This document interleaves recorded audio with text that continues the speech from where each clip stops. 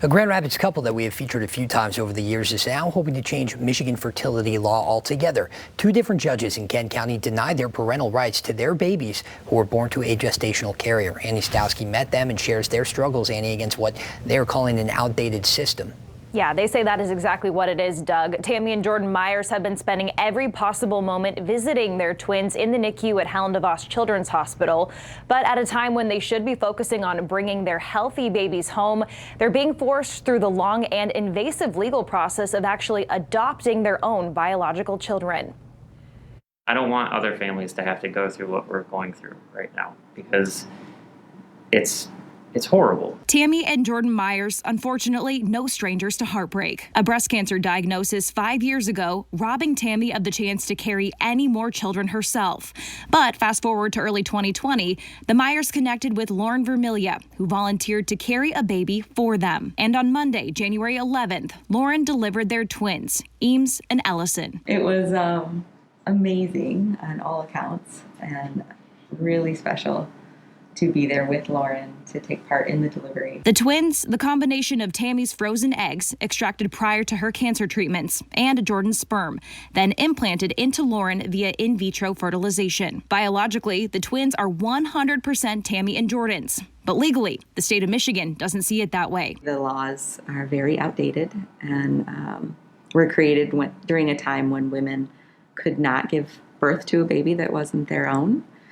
So it kind of made it somewhat impossible for me to be recognized as the mother. As the Myers attorney, Melissa Neckers, explains, Michigan's Surrogacy Parenting Act makes compensated surrogacy completely illegal for carriers and intended parents. Even if a carrier isn't compensated, any agreement that the parties come to isn't acknowledged in court. Michigan just says you can't do it.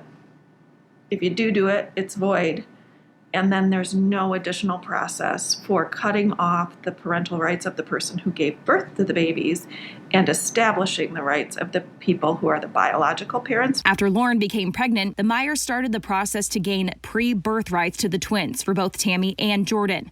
That request denied. Deep down in my heart, I thought any judge that heard our story, that there was no way they could look at us in the eye and say, we know these are your biological babies, but you cannot have rights to them.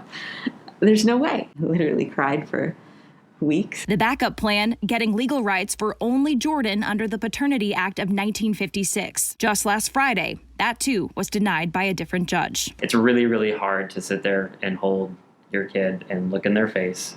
And I did it multiple times on Friday with like tears streaming down my face, just not even being acknowledged, as a parent, when these kids, in the back of your head, they're biologically yours. Lauren, equally devastated for the family. I think technically I have 2 more children, according to the laws of Michigan, which is not the truth because they are not my children. Science says it. The doctors that put them in my body says it. And now, for some reason, the courts have decided to make this a harder process on Tammy and Jordan than it really needs to be. And that just breaks my heart. Adding insult to injury, Neckers says judges in other Michigan counties are granting these requests, but Kent County won't seem to budge. And I think all of the judges would agree that the law needs to change. And they want the law to change because they don't like making these decisions that put people through extra hardship either. Now begins the long, expensive, and invasive process for the Myers to adopt their twins, which will involve home studies, background checks, and fingerprinting for starters. Not even taking a look at the fact that we've already raised an 8-year-old daughter who's kind and loving, and she's great. And while the Myers have exhausted most of their options, they hope the Michigan legislature will consider updating the state's fertility laws, preventing other couples who have already lost so much from losing their rights as parents, too. We just want our names on the birth certificates and to give them insurance. I really, really hope and pray that, if anything, this just brings more awareness and at least allows some change, some real change, because no family should be ever subjected to this. Now, Necker says that they're hoping to get a more updated fertility bill sponsored in the state legislature this year and then hopefully get it passed.